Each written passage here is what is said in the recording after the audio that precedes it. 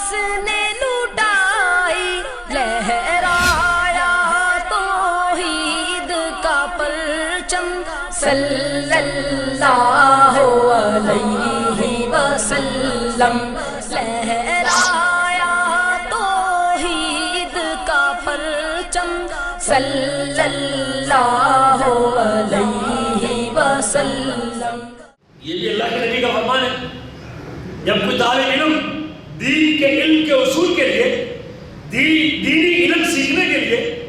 شریعت کا علم جاننے کے لیے، قرآن مجید کی تعلیم کے لیے، سنت کو اپنانے اور سنت کو جاننے کے لیے اپنے گھر سے قدم باہر رکھتا ہے اور اپنے گھر کی چوکھٹ کو چھوڑتا ہے، ان الملائکۃ لتضع اجنحتها، ملائکہ اس کے قدموں کے نیچے اپنے پر بچھاتے ہیں جو حصول علم کے لیے اپنا گھر چھوڑ کے کسی علمی مجلس کے اندر آتا ہے۔ یہ بھی حدیث میں آتا ہے، جمعے کے دن فجر کی نماز سے لے کر جمعے کی اذان تک وہ ڈیوٹی کرنے کے لیے بیٹھے ہیں آپ کے انتظار میں۔ کون آدمی ہے جو سب سے پہلے آئے گا؟ وہ اونٹ کی قربانی کا ثواب اس کے کھاتے میں ملائکہ نوٹ کرتے ہیں۔ جو دوسرے نمبر پہ آئے گا وہ گائے کی قربانی کا ثواب اس کے کھاتے میں لکھتے ہیں۔ جو تیسرے نمبر پہ آئے گا بکرے کی قربانی کا اجر اس کے لیے لکھا جاتا ہے۔ جو چوتھے نمبر پہ آئے گا مرغی کی قربانی کا ثواب ملائکہ لکھتے ہیں۔ یہ ڈیوٹی کرنے والے بھی، اور اس کے بعد جو آئے گا وہ انڈے کی قربانی کا ثواب پاتا ہے۔ جب اللہ اکبر کی صدا بلند ہوتی ہے وہ اپنے دفتر بند کر دیتے ہیں اور خطبہ سننے کے لیے مشغول ہو جاتے ہیں۔ یہ بھی ملائکہ ہے۔ انسان کا اور ملائکہ کا بڑا گہرا تعلق ہے، اور ملائکہ پر ایمان، ان کے وجود پر ایمان رکھنا، یہ اللہ کی مخلوق ہے، یہ ایمان کے 6 ارکان میں سے ایک رکن ہے۔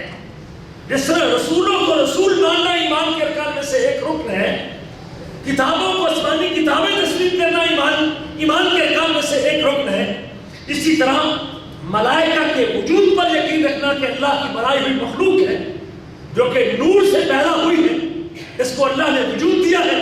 اور جو ڈیوٹی اس مخلوق کی اللہ نے لگائی ہے وہ اپنی ڈیوٹی میں اتنے پکے ہیں۔ اس کے چند نمونے میں آگے پیش کریں گے کہ اپنی ڈیوٹی میں فرشتوں کی سیرت سے اور فرشتوں کی اچھی عادات میں سے جو عادات مجھے اور آپ کو بھی اختیار کرنی چاہیے، ایک یہ بھی ہے کہ وہ اپنی ڈیوٹی کے اندر، اپنے فرائض کے اندر غفلت نہیں برتے، یفعلون ما یؤمرون، جس بات کو ان کو حکم دیا جاتا ہے وہ کام کر گزرتے ہیں۔ ان پر ایمان رکھنا یہ ہمارے ایمان کے ارکان میں سے ایک رکن ہے، اور ہمیں ان سے محبت کا اظہار کرنا، ان کی توقیر کرنا، ان کی عزت کرنا، ان کو برا بھلا نہ کہنا، یہ بھی ان کے ایمان کے تقاضوں میں سے ایک تقاضا ہے۔ حتیٰ کہ اگر کوئی شخص کسی فرشتے کو گالی دیتا ہے اور برا کہتا ہے، برے الفاظ سے یاد کرتا ہے، اس کی توہین کرتا ہے، جس طرح پیغمبر کی توہین سے وہ اسلام سے نکل سکتا ہے اور اسلام سے معلوم ہو سکتا ہے، ملائکہ کو گالی دینا بھی اس کو اسلام کی نعمت سے معلوم کر سکتا ہے، کیونکہ یہ ایمان کے ارکان میں سے ایک رکن بڑا اساس موضوع ہے۔ صلی اللہ علیہ وسلم، جس کی دعوت اصل تسلم، صلی اللہ